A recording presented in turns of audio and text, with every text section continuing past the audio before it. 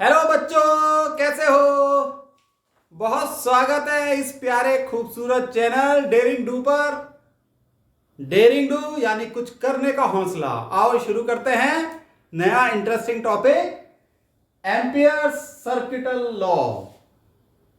अब आप सोच रहे होंगे कि सर पढ़ा तो रहे हैं एम्पियर्स लॉ और यहां लिख रहे हैं गॉस लॉ।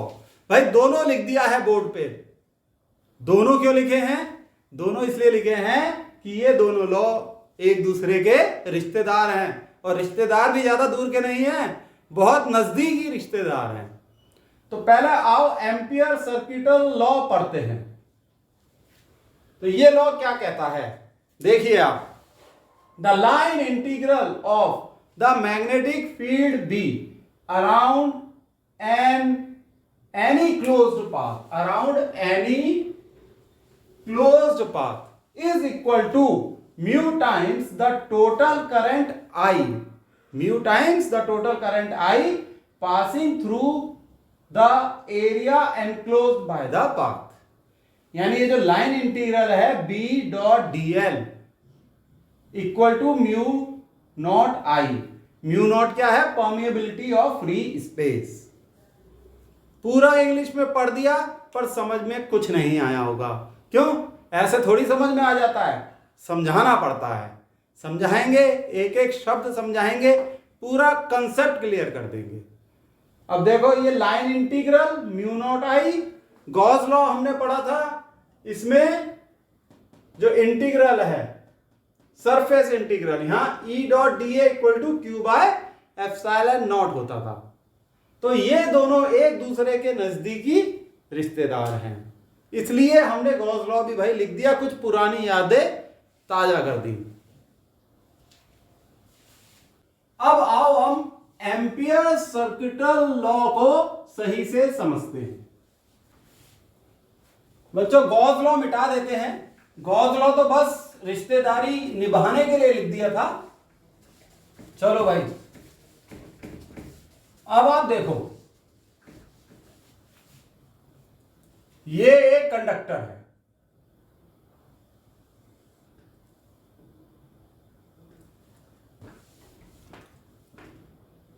और इसमें करंट फ्लो कर रहा है, बह रहा है करंट I।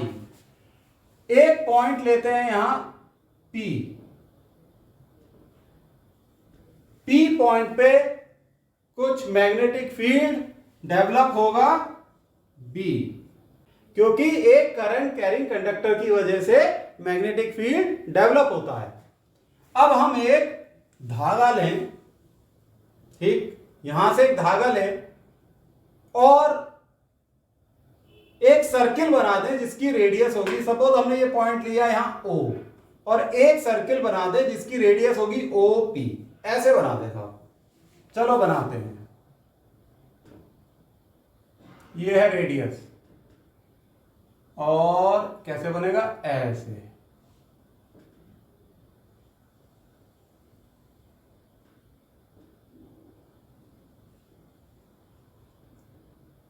बन गया सही से?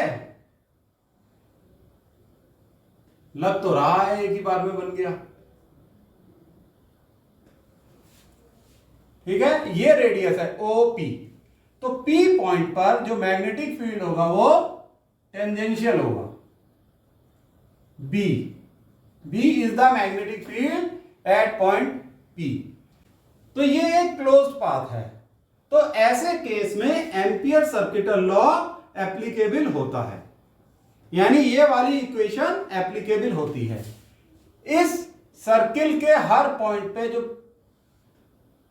मैग्नेटिक फील्ड होगा वो टेंजेंशियल होगा, और हर पॉइंट पे एम्पियर सर्किटल लॉ एप्लीकेबल होगा। ये बात क्लियर हुई? कुछ हद तक तो कंसेप्ट आपने पकड़ा होगा। बच्चों कुछ खास बात एम्पियर सर्किटल लॉ की हम लिखते हैं, उसे समझेंगे। इंपॉर्टेंट पॉइंट्स, चलो इसे मिटा देते हैं। इंपॉर्टेंट पॉइंट्स,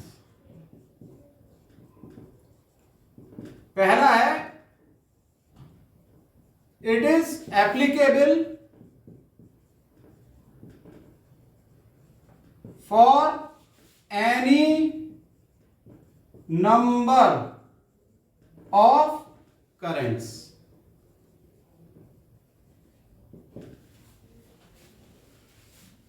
इसका क्या अर्थ हुआ कि मान लो दो कंडक्टर है, एक में I1 करंट फ्लो कर रहा है, दूसरे में I2 फ्लो कर रहा है, तो ये लॉ 10 करंट के लिए भी एप्लीकेबल है। हम लेते क्या है, टोटल करंट लेते हैं, यहां वर्ड लिखा हुआ ना टोटल करंट, यानी मान लो 10 करंट है, I1 I2 I3 I4 सबको ऐड कर लेंगे, सबका टोटल ले लेंगे, तब उसके बाद हम एम्पियर सर्किटल लॉ लगाएंगे। यानी ये जो I है ये टोटल करंट होता है, ये याद रखना।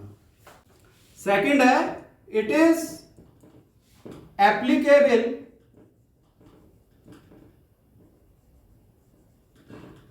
For closed path.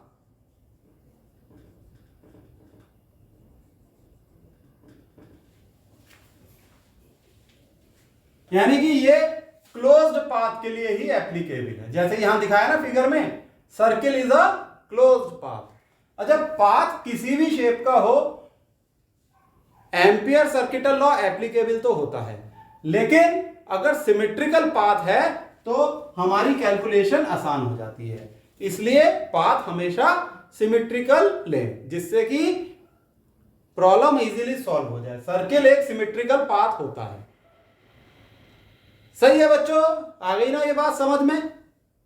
किसी भी कॉम्प्लिकेटेड पाथ की प्रॉब्लम आपको सॉल्व करने के लिए नहीं आएगी, इसलिए बिल्कुल टेंशन मत लो आप। अब थर्ड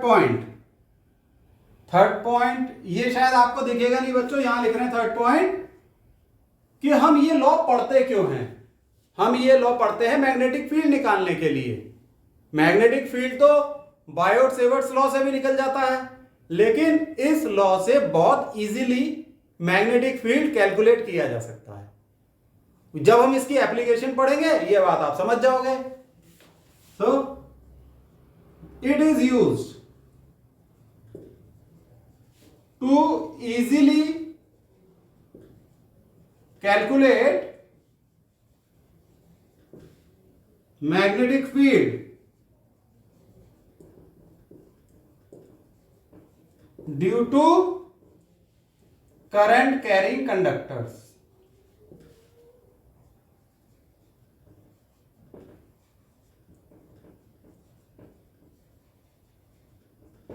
ठीक है बच्चों, आ गई ये बात समझ में? करंट कैरिंग कंडक्टर्स का मैग्नेटिक फील्ड कैलकुलेट करने के लिए ये लॉ बहुत बढ़िया है, बहुत बेहतरीन है।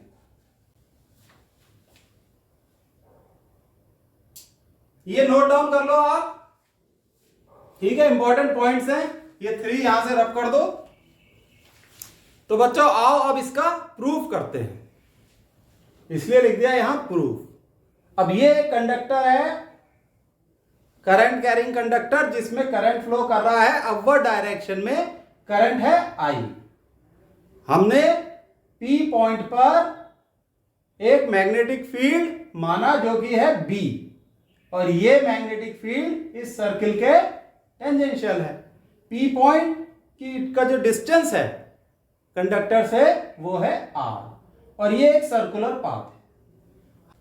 हम सिमेट्रिकल पाथ लेते हैं कैलकुलेशन इजी करने के लिए, और ये लॉ एप्लीकेबल है क्लोज पाथ के लिए। ठीक है, क्लियर? तो बायोट सेवर्ट्स लॉ के हिसाब से इस मैग्नेटिक फील्ड का फॉर्मूला क्या होगा? आओ ये लिख लेते हैं। अकॉर्डिंग टू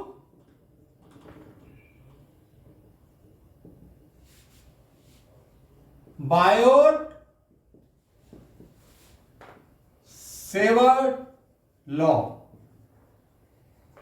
ये मैग्नेटिक फील्ड हो जाएगा आपका μ0 अपॉन 2 पाई I/R। तो बच्चों इस फॉर्मूले में कोई शक नहीं है। बच्चों इसमें दो खास बातें हैं जो कि हम समझ लेते हैं और उसे नोट डाउन करेंगे। पहली तो ये कि मैग्नेटिक फील्ड की डायरेक्शन पॉइंट P पर टेंजेंशियल होगी, टेंजेंशियल इस सर्किल के। तो पहला ये है direction of magnetic field, dot लगा के लिखो 1 2 3। क्या लिखना? डायरेक्शन ऑफ मैग्नेटिक फील्ड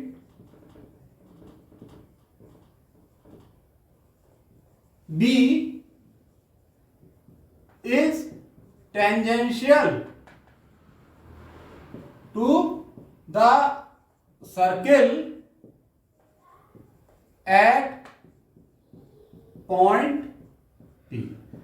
पहली बात तो ये हो गई। दूसरी बात ये है कि इस सर्कुलर पाथ के हर पॉइंट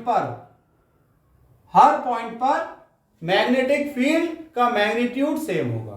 डायरेक्शन तो उस पॉइंट पर टेंजेंशियल होगी, लेकिन मैग्नीट्यूड भी सेम होगा।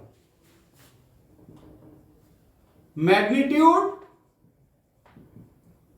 Of B is same at every point on the circular path. अच्छा, ये बात जो है इस फॉर्मूले से भी जाहिर हो रही है।